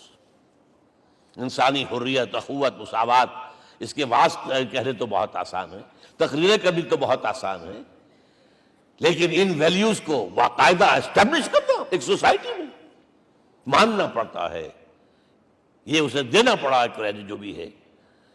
لیکن ایک بات نوٹ کر لیں، مبادہ کہیں آپ میرے بارے میں سوء ظن ہو جائے، تازہ ایڈیشن جو اب اویلیبل ہے اس میں سے یہ نکال دیے گئے ہیں، آج کے جو ان کے ایڈیٹرز ہیں ان کے حلق سے نیچے نہیں اتر رہے، اتنی بڑی حقیقت۔ آپ پنجاب لائبریری یا پبلک لائبریری سے جا کے پرانا ایڈیشن لیجئے، کنسائزیشن آف دی ورلڈ کے اندر آپ کو یہ الفاظ مل جائیں گے۔ Although the sermons of human fraternity, freedom and equality were said before also, and we have a lot of these sermons in Jesus of Nazareth, but it must be accepted that it was Muhammad sallallahu alaihi wasallam who for the first time in history established a society based on these principles۔ اب یہ جو mission میں نے آپ کے سامنے رکھا، ایک بنیادی مشن قرآن کی تبلیغ کرو، تبلیغ کرو، تبلیغ کرو، تبلیغ کرو، یا ایھا رسول بلغ ما انزل الیک من ربک وان لم تفعل فما بلغت رسالتہ۔ نمبر دو، جو دین حق دیا اسے غالب کرو، قائم کرو، نافذ کرو، اس کی مثال پیش کرو دنیا کے سامنے۔ ان دونوں میں مدد درکار تھی محمد الرسول اللہ کو، جیسے حضرت مسیح نے کہا تھا، وَإِذْ قَالَ عِيسَىٰ ابْنُ مَرْيَمَ لِلْحَوَارِيِّينَ مَنْ أَنصَارِي إِلَى اللَّهِ، کون ہے میرا مددگار اللہ کی راہ میں؟ جیسے کہ اللہ فرماتے سورہ حدید میں، بڑی پیاری آیت ہے، بڑی ریولوشنری آیت ہے، بلکہ میں لفظ استعمال، بڑی ننگی انقلابی آیت ہے قرآن مجید کی۔ اتنا صاف اللہ تعالیٰ ہی سچ بول سکتا ہے، کوئی اور تو ضرور کہیں نہ کہ اس کے اوپر کوئی کپڑا ڈال کے بات کرے گا۔ آیت نمبر 25 آف سورۃ الحدید، لقد ارسلنا رسلنا بالبینات، ہم نے اپنے رسولوں کو بھیجا واضح نشانیوں کے ساتھ، معجزات کے ساتھ۔ وانزلنا معهم الکتاب والمیزان، ان کے ساتھ کتاب اتاری، شریعت اتاری، میزان اتاری، نظام اتارا۔ لِیَقُومَ النَّاسُ بِالْقِسْطِ، تاکہ لوگ عدل پر قائم ہوں۔ اس لیے کتاب کیوں بھیجی، رسول کیوں بھیجے، نبی کیوں بھیجے، وحی کیوں بھیجی؟ تاکہ لوگ عدل پر قائم ہوں۔ یہ اس سے بڑی آیت کوئی ہوگی؟ عدل اجتماعی، سوشل جسٹس۔ اب اگلا ٹکڑا پڑھیے، وَأَنزَلْنَا الْحَدِيدَ، ہم نے لوہا بھی اتارا ہے، فِيهِ بَأْسٌ شَدِيدٌ، اس سے اسلحہ بنتا ہے، جنگی قوت ہے۔ وَلِيَعْلَمَ اللَّهُ مَن يَنصُرُهُ وَرُسُلَهُ بِالْغَيْبِ، اور اللہ دیکھ لینا چاہتا ہے کون ہے اس کے وفادار بندے جو لوہے کی طاقت کو ہاتھ میں لے کر اللہ اور اس کے رسول کی مدد کرتے ہیں۔ دین اللہ کا، اسے قائم کرنا اللہ کی مدد ہے، اسے قائم کرنا محمد کا فرض ہے، اس کے جد و جہد کرنا محمد کی مدد ہے صلی اللہ علیہ وسلم۔ یہ تھی نصرت، اور یہ نصرت آپ کو معلوم ہے حضور کی زندگی میں صحابہ نے کرام نے کی ہے کہ نہیں کی؟ جو شخص ایمان لایا فوراً داعی بن گیا، فوراً۔ ابو بکر ایمان لائے، اور 6 جو ہیں عشرہ مبشرہ میں سے چوٹی کے صحابہ، وہ ان کی دعوت پر ایمان لائے۔ سعد ابن ابی وقاص، طلحہ، زبیر، عثمان، سعید ابن زید، یہ سب کون ہیں؟ حضرت ابو بکر کی دعوت۔ نوجوان ہیں، مصعب بن عمیر کو گھر سے نکال دیا چچا نے، اور برہنہ کر کے نکالا ہے کم وقت نے، اس لیے کہ باپ مر گیا تھا، بہت دولت چھوڑ گیا تھا۔ ماں نے بڑے ناز و نام میں پالا تھا، کہتے 200 درہم کا جوڑا اس کا بن کر آتا تھا شام سے، جیسے کبھی ہم کہتے تھے کہ پنڈت نہرو کے کپڑے جو ہے پیرس سے سل کر آتے ہیں، اور جہاں سے گزر جاتا تھا مصحف اتنا اس نے لگایا ہوتا تھا عطر کے پوری گلی جو ہے وہ خوشبو سے جو ہے بھر جاتی تھی۔ چچا نے بلایا، تم جو یہ گلچھرے کر رہے ہو اپنے باپ کی دولت پر نہ، اور تم اسے کہتے ہو کافر، نکل جاؤ گھر سے۔ وہ چلنے لگے، he was a ten ager, چلنے لگے۔ وہ سمجھا تھا کہ میرے یہ کہنے سے اس کے تو اس کو تارے نظر آ جائیں گے، یہ فوراً جو ہے توبہ کرے گا، پلٹ آئے گا۔ چلنے لگے تو اسے اور غصہ آیا، یہ کپڑے بھی اسی باپ کے ہیں، اتارو۔ وہی اتارے کپڑے، مادرزاد برہنہ ہو کر ماں کے پاس گئے ہیں۔ ماں نے آنکھوں پر ہاتھ رکھا، مصعب کیا ہوا ہے؟ فرمایا امی میں موحد ہو گیا ہوں، یہ ہے توحید۔ اور اب جا کر حضور کے دامن میں بیت ارقم میں اب ہمہ وقت کارکن ہے، قرآن اتر رہا ہے، پڑھ رہے ہیں، سمجھ رہے ہیں، قرآن اتر رہا ہے، یاد کر رہے ہیں، یاد کر رہے ہیں۔ اور اس کے بعد جب کہا تھا مدینے والوں نے بیعت عقبہ اولیٰ پر کہ حضور ہمارے سے آپ کی ملاقات تو سال کے بعد ہی ہوگی، درمیان میں تو آپ کو معلوم ہے خونریزی ہے، کوئی قافلہ بچ کے نہیں آ سکتا، تو اب آپ ہمیں کوئی اپنا شاگرد دیجئے۔ مصعب بن عمیر کو حضور نے کہا جاؤ ان کے ساتھ۔ وہاں ان کا نام پڑ گیا المقری، پڑھانے والا، قرآن پڑھانے والا۔ 75 آدمی اگلے سال لے کر آ گیا ہے، اور اسی سے بیعت عقبہ ثانیہ ہوئی ہے، اور ہجرت کا راستہ کھل گیا۔ اور اس کو ایک دفعہ حضور نے دیکھا، مسجد کے دروازے کے سامنے سے گزر رہا تھا مصعب، پھٹا ہوا کمبل تھا جس میں لپیٹا ہوا تھا۔ حضور کی آنکھوں میں آنسو آ گئے۔ غزوہ احد میں شہید ہوا کس طرح؟ علم بردار تھا، ایک ہاتھ پر وار پڑا ہے، کٹ کے گر گیا، ایک ہاتھ سے تھاما، دوسرے پر بھی گر گیا، دونوں جو بچے ہوئے حصے تھے اس سے تھاما۔ پھر جب ختم ہو گئے، اس کے بعد جو ہے جب دفن کر رہے تھے تو حضور کے سامنے پرابلم لایا گیا۔ مصعب کے جسم پر تو کوئی کپڑا ہی نہیں تھا سوائے ایک چادر کے، ایک دھوتی، اللہ اللہ خیر اللہ۔ اور شہید کا کفن ہوتا ہے اس کا اپنا لباس۔ حضور وہ اتنا چھوٹی ہے وہ چادر کہ پاؤں ڈھانپتے ہیں تو سر کھل جاتا ہے، سر ڈھانپتے ہیں تو پاؤں کھل جاتے ہیں۔ فرمایا سر کو ڈھانپ دو کپڑے سے اور پیروں پر گھاس ڈال دو۔ That was the last dress which Mus'ab got۔ تو یہ لوگ جو تھے محمد رسول اللہ والذین معہ، یہ ساتھی حضور کے، جنہوں نے حضور کے مشن میں آپ کا ساتھ دیا۔ اور ایک خاص مرحلے کا تو میں آپ کے سامنے ذکر ہی کر دوں، اس لیے کہ دین کی اقامت، دین کا غلبہ، اس میں تو جہاد اور قتال آئے گا لا محالہ۔ Nobody is going to allow you to change the system۔ اگر سسٹم بدلتا ہے تو اس کے ساتھ جو مفادات بدلتے ہیں وہ ختم ہو جاتے ہیں، جو پرولیجز ہیں وہ ختم ہو جاتے ہیں۔ لہذا جب غزوہ بدر کا مرحلہ آیا ہے، حضور نے مجلس شورا منعقد کی، اور آپ نے جو وحی سے آپ کو بتا دیا گیا تھا، دیکھو ایک قافلہ آ رہا ہے شمال سے، مال غنیمت سے لدا پھدا ہے، اور 50 صرف اس کے ساتھ محافظ ہیں۔ ایک لشکر آ رہا ہے جنوب سے، ریل کانٹے سے لیس، اور اللہ نے وعدہ کیا ہے کہ ایک پر ضرور تمہیں فتح دے گا، بتاؤ کدھر چلے۔ یہ اصل میں کسی بھی سپہ سالار کے لیے وقت ہوتا ہے کہ اپنے ساتھیوں کے مورال کا اندازہ کرے۔ کچھ ہوں گے ہم جیسے کمزور بھی، انہوں نے کہا کہ حضور پہلے قافلے کی طرف چلے، آسانی سے فتح بھی ہو جائے گی اور ہتھیار مل جائیں گے ہمیں، ہمارے پاس تو ہتھیار بھی نہیں ہے، گنتی کے لوگوں کے پاس تلواریں بھی نہیں سب کے پاس، تو 50 آدمیوں کے ہتھیار تو ملیں گے، پھر لشکر سے نپٹ لیں۔ اب حضور کہہ رہے ہیں اشیرونی اشیرونی اشیرونی۔ حضرت مقداد بن اسود کھڑے ہوتے، حضور ہمیں موسیٰ کے ساتھی نہ سمجھیے جنہوں نے کہہ دیا فَاذْهَبْ أَنْتَ وَرَبُّكَ فَقَاتِلَا إِنَّا هَاهُنَا قَاعِدُونَ۔ ہم موسیٰ کے ساتھی نہیں ہیں، ہم آپ کے جانثار ہیں، آپ جو آپ کی نیت ہے آپ بسم اللہ کیجئے، ہم آپ کو کیا پتہ ہمارے ذریعے آپ کو اللہ تعالیٰ آنکھوں کی ٹھنڈک عطا فرمائے۔ حضور پھر فرمائے مجھے مشورہ دو، مجھے مشورہ دو۔ تب خیال آیا سعد ابن عبادہ رضی اللہ تعالیٰ عنہ کو، جو رئیس انصار تھے، ہو نہ ہو یہ ہماری طرف روئے سخن ہے، کیونکہ بیعت عقبہ ثانیہ جس کے نتیجے میں ہجرت ہوئی ہے اس میں طے یہ ہوا تھا کہ اگر یہ مکے والے مدینے پر حملہ آور ہوں گے آپ کو ختم کرنے کے لیے، ہم آپ کی حفاظت ایسے ہی کریں گے جیسے اپنے بیوی بچوں کی۔ اور ابھی مدینے پر حملہ ہوا نہیں ہے، حضور پری ایمپٹ کر رہے ہیں، باہر نکل کر مقابلہ کرنا چاہ رہے ہیں۔ تو گویا کہ انصار کور نہیں ہوتے اس کے اندر، اس لیے بار بار اشیرونی، مجھے مشورہ دو۔ اب سعد بن عبادہ کھڑے ہوتے ہیں، کانک تعنینا یا رسول اللہ صلی اللہ علیہ وسلم، اے اللہ کے رسول شاید آپ کا روح سخن ہماری جانب ہے، فإنا آمنا بک وصدقناک، ہم آپ پر ایمان لا چکے ہیں، ہم نے آپ کی تصدیق کی، اب ہمارے پاس چوائس کون سا ہے؟ اگر آپ آگے چلیں ہم پیچھے چلیں گے، اگر برق الغماد تک پہنچیں گے ہم اپنی اونٹنیوں کو دبلا کر دیں گے، یمن کا آخری شہر جو ہے برق الغماد، اور اگر آپ ساحل سمندر پر کھڑے ہو کر اپنی سواری سمندر میں ڈالیں گے ہم بھی ڈال دیں۔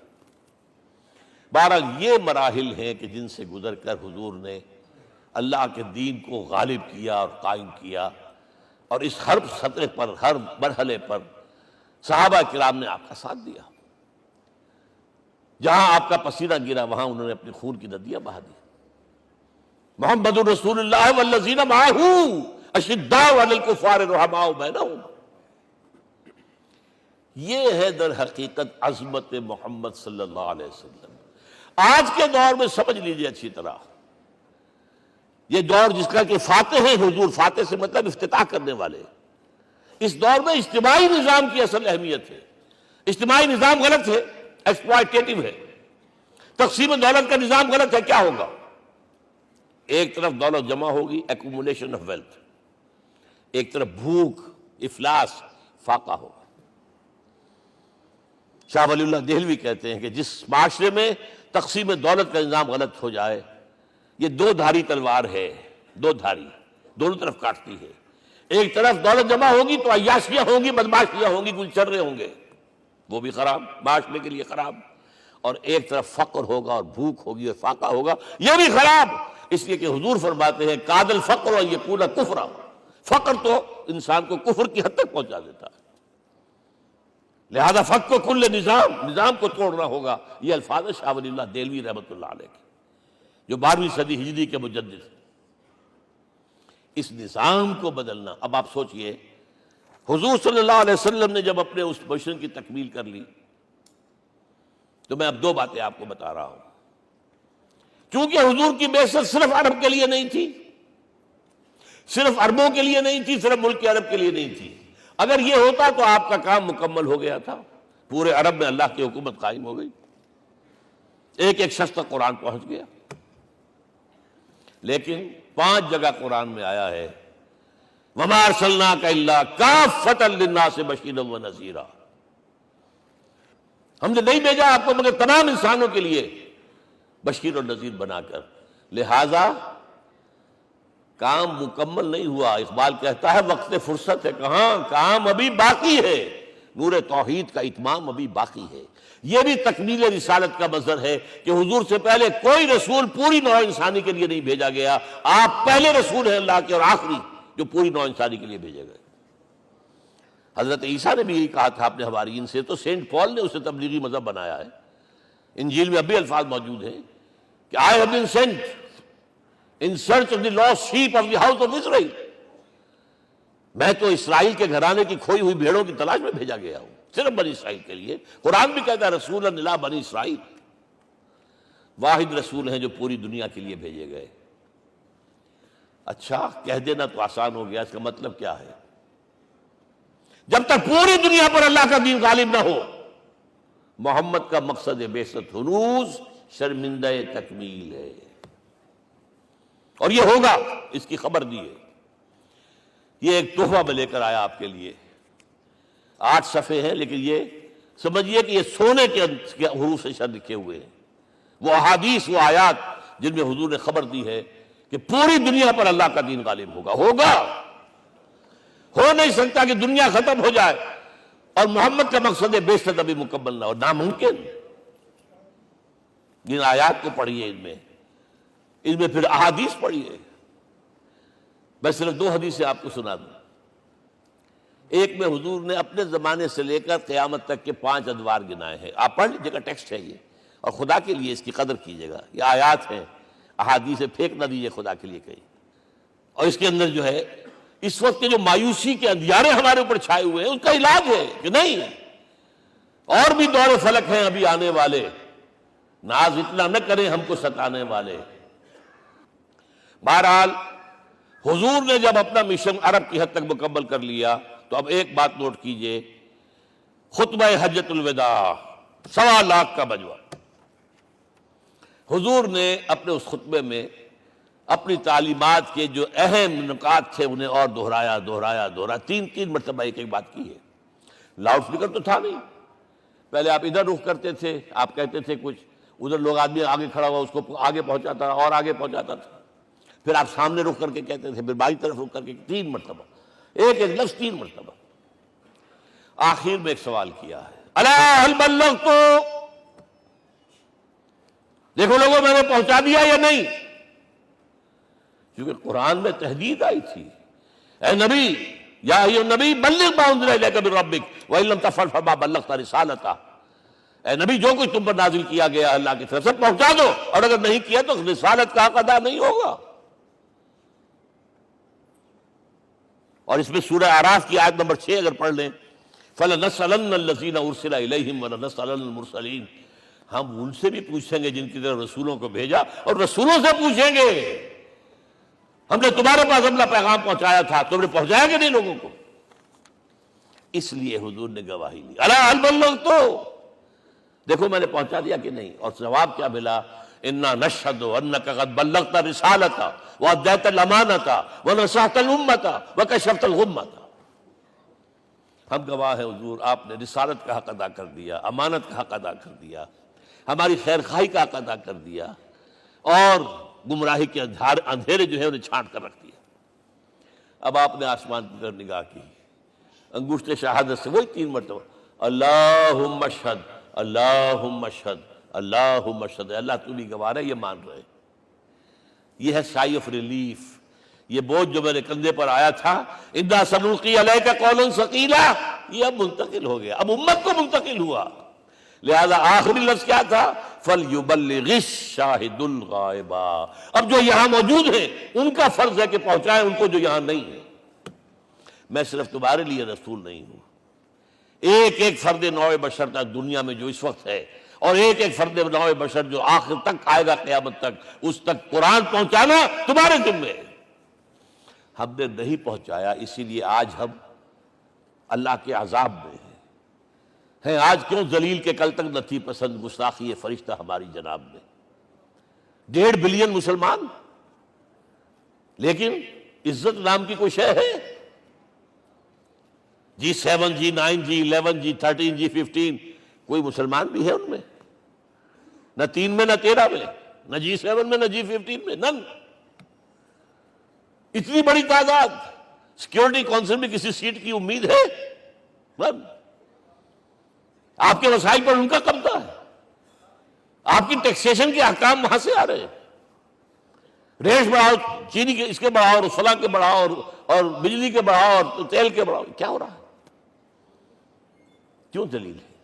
اور نمبر 2، آج دنیا میں خون اگر بہ رہا ہے تو صرف مسلمان کا ہو گیا، مانند آب ارضا مسلمان کا لہو۔ 60 سال سے کشمیر اور فلسطین، پھر درمیان میں صومالیہ، چچنیا، کوسوو، یہ سب بوسنیا، پھر آپ کو معلوم ہے فلپائنز، پھر جو کچھ ہوا افغانستان میں، اور جو کچھ ہوا اب ہو رہا ہے، جو کچھ ہوا عراق میں۔ یہ کیوں ہے؟ We are criminals number 1. We have not done our duty. ہم نے قرآن کو اپنا امام نہیں بنایا، دوسروں کے سامنے کیا پیش کریں گے؟ ہمارا اپنا سارا نظام سود کے اوپر مبنی ہے۔ بہرحال پہلا فرض یہ ہے، اب اس کو پہنچاؤ، اور یہاں تک فرمایا بلغوا عنی ولو آیۃ، پہنچاؤ میری جانب سے چاہے ایک ہی آیت، preach on my behalf۔ یہ کام جو ہے، جو کہا گیا تھا، واقعہ یہ کہ میں 50 برس سے کر رہا ہوں، یہ آج کی بات نہیں ہے۔ تکمیل اور تدوین فن میں جو بھی حفیظ کا حصہ ہے، نصف صدی کا قصہ ہے، 2-4 برس کی بات نہیں۔ میں میڈیکل کالج کے زمانے سے درس قرآن دے رہا ہوں، جب یہ طلبہ کے اجتماعات کے درمیان درس قرآن ہوتا تھا، جماعت اسلامی کا رکن تھا تو درس قرآن ہوتا تھا، اور اس کے بعد سے میری زندگی کا بیشتر وقت اس میں لگا، بیشتر اور بہتر۔ یہ حضور کا حکم ہے، پہنچاؤ میری جانب سے چاہے ایک یاد پہنچاؤ۔ اچھا، نمبر 2، اب حکم دیا گیا، اس کی مثال میں دے رہا ہوں آپ کے سامنے۔ جب ایران کے ساتھ جنگ شروع ہوئی ہے تو سپہ سالار افواج ایران رستم نے وفد بلایا اے عربو، تم پہلے بھی ہم پر حملے کیا کرتے تھے، لیکن پہلے لوٹ مار کر کے واپس چلے جاتے تھے۔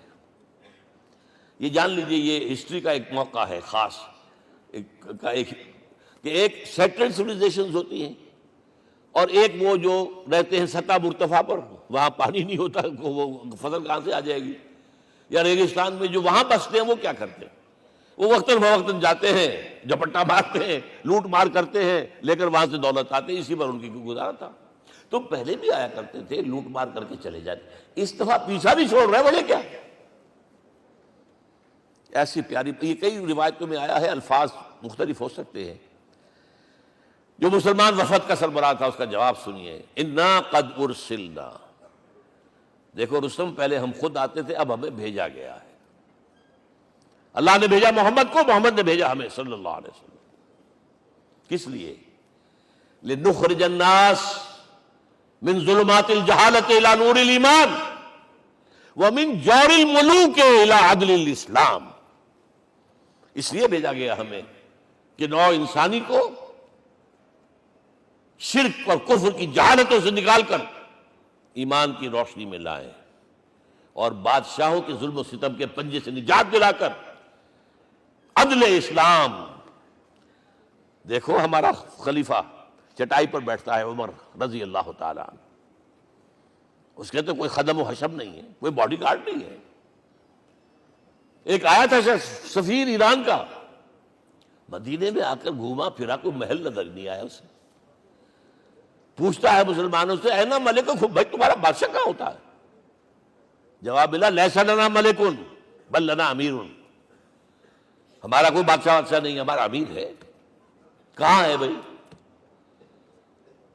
ہمارے بیت المال کے کچھ اونٹ گم ہو گئے تھے کہ بھائی ملے نہیں، ہمارا خلیفہ تلاش کرنے گیا۔ اب اس نے کسی کو لیا ہوگا، آئیڈینٹیفائی کر سکے، ڈھونڈ کر جا کر ایک جگہ دیکھا، دھوپ تیز ہو گئی تھی، حضرت عمر تھک گئے تھے، لہذا ایک درخت کے سائے میں اپنے کوڑے کا تکیہ بنا کر لیٹے ہوئے استراحت فرما رہے، کوئی خادم نہیں، کوئی خدم و حشم نہیں، کوئی باڈی گارڈ نہیں۔ اس وقت وہ کھڑے ہو کر کہتا ہے، عمر تم عدل کرتے ہو، تمہیں کوئی خوف نہیں ہے، ہمارے بادشاہ ظلم کرتے ہیں، لوگوں کا خون پیتے ہیں، انہیں ہر وقت ڈر رہتا ہے، انہیں اونچی اونچی فصیلیں چاہیے، انہیں باڈی گارڈ چاہیے، انہیں حفاظتی دستے چاہیے۔ یہ مثال پیش کی ہے نا، یہ کوئی فیری ٹیلز تو نہیں ہے، یہ تو آج کی تاریخ ہے، 1400 برس پرانی تاریخ ہے بھائی، کوئی پرانی نہیں ہے، کوئی 10,000 سال پرانی بات نہیں ہے۔ اور وہی عمر ہے، انہیں بلایا گیا ہے بیت المقدس، وہاں جو مسلمانوں کا محاصرہ تھا وہ طول کھینچ گیا، فصیل بہت اونچی مضبوط، اور اندر ہر طرح کا رسد بھی موجود ہے، راشن بھی ہے، پانی بھی ہے۔ عیسائیوں کا قبضہ تھا، عیسائی پادری آئے فصیل پر، مسلمانوں تم اگر قیامت تک بھی یہاں پڑے رہے محاصرہ کر کے، یہ کبھی فتح نہیں ہوگا شہر، ہاں یہ فتح ہونا ہے، ہماری کتابوں میں ہے، لیکن ایک درویش بادشاہ کے ہاتھوں فتح ہوگا، تمہارے اندر ہمیں وہ درویشی نظر نہیں آ رہی۔ وہ چونکہ کچھ عرصہ ہو گیا تھا، شام میں پہنچ گئے تھے، خربوزے کو جو کہ خربوزہ رنگ پکڑتا ہے، اچھا لباس پہننا شروع کر دیا، اور وہاں تھے امین هذه الامہ ابو عبیدہ بن الجراح رضی اللہ تعالی عنہ، یکی ازا شرع مبشرہ، ان کا فوراً کلک کیا، یہ بادشاہ مدینے میں بیٹھا ہوا تو ہے، یہاں سے ریکویسٹ کی گئی ہے آپ تشریف لائیے۔ اب 700 میل کا سفر ہے، کوئی ذاتی سفر نہیں، کسی بیٹے کے کنووکیشن میں کے لیے نہیں گئے ہیں، کوئی انٹوریج نہیں ہے، کچھ نہیں، ایک اونٹ، ایک خادم، اور اسی اونٹ پر راستے کا راشن، لہذا ایک آدمی بیٹھ سکتا ہے۔ اب ایک منزل خلیفہ اوپر تشریف فرما ہے اور خادم ہاتھ پکڑ کر آگے چل رہا، اگلی منزل خادم اوپر بیٹھا ہے اور خلیفہ ہاتھ پکڑ کے آگے چلتا ہے۔ جب آخری منزل آئی ہے تو باری ہو گئی اس خادم کی، اس نے ہاتھ جوڑ دیے، خدا کے لیے لوگ دیکھیں گے، مجھے ماریں گے، تمہیں شرم نہیں آئی؟ خلیفۃ المسلمین جو ہے وہ آگے آگے تمہارے چل رہے تھے، تم براجمان تھے۔ حضرت عمر نے ڈانٹ پلائی، اب دوڑو دوڑو، نہیں، باری تمہاری ہے۔ وہ بیٹھا ہوا اوپر، حضرت عمر پھنکیل پکڑ کر آ رہے ہیں، اور بیچ میں کہیں کیچڑ آ گیا تھا، جوتیاں بھی ہاتھ میں پکڑی ہوئی ہیں۔ اب وہاں آتے ہی انہیں لے جایا گیا فصیل کے سامنے، انہوں نے اوپر سے اپنی کتابیں دیکھیں، ہاں یہی ہے درویش بادشاہ، یہ فتح نہیں ہوا تھا یروشلم، یہ ایک صلح کے طور پر انہوں نے دیا ہے، کھول دیا، آ جاؤ۔ اور انہوں نے شرط رکھوائی تھی کہ کہیں یہاں یہودیوں کو آباد نہیں ہونے دیں گے آپ۔ حضرت عمر نے اتنی رعایت کی تھی یہودیوں کے لیے کہ وہ یہاں آئیں، اپنے مقدس مقامات کی زیارت کر کے جا سکتے ہیں، لیکن یہاں سیٹل نہیں ہو سکتے، اس لیے وعدہ تھا۔ یہ وعدہ جو ہے سلطان عبدالحمید خان تک چلا ہے۔ بڑی سے بڑی رشوت پیش کی تھی زائنسٹ نے، تمہارے سارے قرضے ہم ختم کر دیں گے، تم جو ہے ہمیں فلسطین میں آباد ہونے کا حق دے دو۔ نہیں، جو معاہدہ عمر کا تھا اس میں میں کوئی ترمیم نہیں کر سکتا۔ تو یہ مثالیں ہیں جو پیش کی گئی ہیں۔ میں تو کہا کرتا ہوں، جب میں نے پڑھا تھا کہ کرنل جمال عبد الناصر کی بیٹی سائیکل پر جاتی ہے کالج، چون لائی کی بیٹی بھی سائیکل پر کالج جاتی ہے، احساس ہوا تھا عظمت ہے نا آخر، چاہے وہ کسی غیر میں ہو۔ اور واقعہ یہ ہے کہ میں بیان کرنے سے رہ نہیں سکتا، جب میں نے لال بہادر شاستری کے بارے میں سنا، he had no house in the whole of India۔ یہ تو بھارت کی ڈیموکریسی کا ایک معجزہ ہے۔ A person who doesn't own a house in the whole length and breadth of India and he rose to the position of prime minister۔ ہمارے ہاں کسی میونسپلٹی کا جو ہے ممبر نہیں بن سکتا، اس کی بیوی اپنے گھر میں خود کھانا پکاتی تھی، کوئی ملازم نہیں تھا۔ اور جب ہارٹ اٹیک ہوا ہے تاشقند میں، تو وہ جو مرتے دم بات کی ہے اس نے ماتا جی سے کی ہے، بیوی سے نہیں کی۔ یہ ہماری مشرقی روایات ہیں، ماں کا مقام۔ لیکن یہ تمام مثالیں جو ہیں، پوری نوع انسانی 10 مرتبہ پیدا ہو کر ختم ہو جائے، حضرت عمر والی مثالیں نہیں لا سکتے۔ رات کو گشت کر رہے ہیں، ایک جگہ سے رونے کی آواز آئی، معلوم ہوا کہ بچے ہیں، بھوکے ہیں، رو رہے ہیں۔ ماں سے پوچھا گیا کیا معاملہ ہے، کہ کیا کروں، کچھ نہیں ہے، میں نے یہ آنڈی چڑھا دی ہے، چولہے کے اوپر آگ جلا دی ہے، بچوں سے کہا بھائی کچھ پک رہا ہے، ذرا انتظار کرو، سو جائیں گے۔ کانپ گئے، ایسی گئے سیدھے بیت المال۔ آٹے کی بوری اپنے غلام سے کہا میرے کندھے پر رکھ، میں پہلے چلتا ہوں۔ نہیں، قیامت کے دن تم میرا بوجھ نہیں اٹھا سکو گے۔ اپنے کندھے پر بوری رکھ کر لائے ہیں، کھانا پکوایا، کھلایا بچوں۔ اب اگر حضور یہ کہے کہ سید القوم خادمہم، تو یہ حقیقت تھی کہ نہیں تھی؟ ورنہ اگر یہ مثال نہ آتی تو کہتے ہیں جی شاعری تو اچھی ہے، بہت اچھا شعر کہہ دیا، کوئی سردار بھی کبھی خادم ہوا ہے۔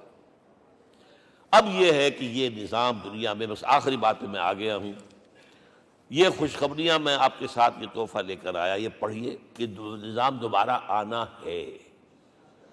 محمد کی پیشن گوئی غلط نہیں ہو سکتی، ہو صادق المصدوق صلی اللہ علیہ وسلم۔ اگرچہ ابھی ہمیں اور سزائیں ملنی ہیں، اور سخت سے سختر سزائیں آنی ہیں۔ ابھی آرمگڈون سر پر تنی ہوئی ہے، کھڑی ہوئی ہے، ملحمۃ العظمیٰ جسے حدیث میں کہا گیا۔ آرمگڈون پتہ نہیں آپ نے کبھی سنا ہے کہ نہیں سنا ہے؟ یہ بائبل کی آخری کتاب جو ریولیشن جان ہے، اس میں ہے کہ ایک بہت بڑی جنگ ہوگی، گریٹر اسرائیل بنانے کے لیے بہت بڑی جنگ ہوگی، and you set the stage has been set for that۔ NATO تیار اسی کے لیے ہو رہا ہے دوبارہ۔ کس لیے؟ نیٹو چیف سے پوچھا گیا تھا کہ تمہارا دشمن جو تھا USSR تو ختم ہوا، گھٹنوں کے بل پڑا ہوا ہے، اب کس کے لیے اس کو ایکسٹینڈ کر رہے ہو اور آرگنائز کر رہے ہو؟ اب ہمیں مسلم فنڈامنٹلسٹ سے نمٹنا ہے۔ یہ ہے وہ کروسیڈ جو شروع ہوئی۔ یہودی اور عیسائی نیو کنزرویٹوز، نیو کونس، یہ دونوں جڑے ہوئے ہیں، ایک 5 پوائنٹ ایجنڈا ہے ان کا جس پر دونوں کا اتفاق ہے۔ تو ابھی ہم پر بڑے برے وقت آنے ہیں، ہمیں سزائیں ابھی اور ملنی ہیں، لیکن ٹیبلز ول بی ٹرنڈ، دنیا میں اللہ کا دین قائم ہوگا، چاہے ابھی اور اپس اینڈ ڈاؤنز آئیں گے، لیکن ہوگا، لیکن ہوگی، وہ وقت آئے گا اللہ کا دین قائم ہوگا پوری دنیا میں۔ ایک حدیث میں آپ کو سنانے چلا تھا، حضرت ثوبان سے ہے رضی اللہ تعالیٰ عنہ، مسلم شریف کی روایت ہے۔ حضور نے فرمایا ان اللہ زوالی الارض، اللہ نے میرے لیے پوری زمین کو لپیٹ دیا۔ فرائیت مشارقہا و مغاربہا، میں نے اس کے سارے مشرق دیکھ لیے، سارے مغرب دیکھ لیے۔ وَإِنَّ أُمَّتِي سَيَبْلُغُ مُلْكُهَا مَا زُوِّئَ لِي مِنْهَا، میری امت کی حکومت ان تمام علاقوں پر قائم ہو کر رہے گی جو اللہ نے زمین کو لپیٹ کر مجھے دکھا دی ہے. یہ ہونا ہے.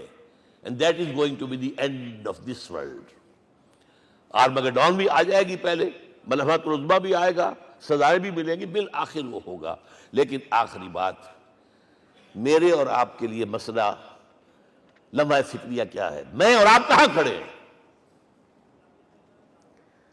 Are we on the side of Allah or on the side of America? بہرحال یہ تو جو اپس اینڈ ڈاؤنز آنے ہیں، میرے اور آپ میں سے ہر شخص کے سوچنے کی بات یہ ہے، یہ تو انقلاب تو آئے گا، حضور کے ذریعے سے آیا، کچھ لوگ حضور کے ساتھی بن گئے، ان کی دنیا بن گئی، آخرت بن گئی، قیامت میں کے بعد جو کچھ ملنا ہے اللہ تعالیٰ روح و ریحان و جنت النعیم. کچھ رہ گئے کہ چاہے سگا چچا تھا محروم رہ گئے، ابو لہب. آج بھی یہ قافلہ ادھر چل رہا ہے. اقبال نے بالکل ٹھیک کہا ہے کہ دنیا کو ہے پھر مار کا روح و بدن پیش، تہذیب نے پھر اپنے درندوں کو ابھارا، اللہ کو پابر دیے مومن پہ بھروسہ، ابلیس کو یورپ کی مشینوں کا سہارا. اور صحیح کہا ہے، آخری بات جو کہہ رہا ہوں، ایک نکتہ میرا رہ گیا ہے، وَاتَّبَعُوا النُّورَ الَّذِي أُنزِلَ مَعَهُ، چوتھی بات، اور یہ کہ وہ لوگ جو اس نور کا اتباع کریں گے کہ جو ان کے ساتھ نازل کیا قرآن، اس لیے کہ قرآن ہی ذریعہ ہے، آلہ انقلاب ہے. قرآن انسانوں کو بدلتا ہے، افراد کو، افراد مل کر جماعت بن کر وہ جو انقلاب برپا کرتے ہیں. بٹ انڈیویجول چینج، اقبال کے الفاظ میں چوں بجا در رفت جہاں دیگر شود، یہ قرآن اگر کسی کے باطن میں اتر جاتا ہے تو اس کے اندر انقلاب آ جاتا ہے. He is a change person from within. وَاتَّبَعُوا النُّورَ الَّذِي أُنزِلَ مَعَهُ. لیکن آخری دور کے بارے میں چند اشعار سنا رہا ہوں. شب گریزاں ہوگی آخر جلوہ خورشید سے، یہ چمن معمور ہوگا نغمہ توحید سے، ہو کر رہے گا. اور پھر دلوں کو یاد آ جائے گا پیغام سجود، پھر جبیں خاک حرم سے آشنا ہو جائے گی. اور آنکھ جو کچھ دیکھتی ہے لب پہ آ سکتا نہیں. میں بھی حیرت ہوں کہ دنیا کیا سے کیا ہو جائے. آب روان کبیر تیرے کنارے کوئی دیکھ رہا ہے کسی اور زمانے کے خواب. وہ زمانہ آنا ہے، لیکن دیکھنا یہ ہے کہ میرا اور آپ کا اس میں کتنا حصہ ہے. اقول قولی ھذا واستغفر اللہ لی ولکم ولسائر المسلمین والمسلمات.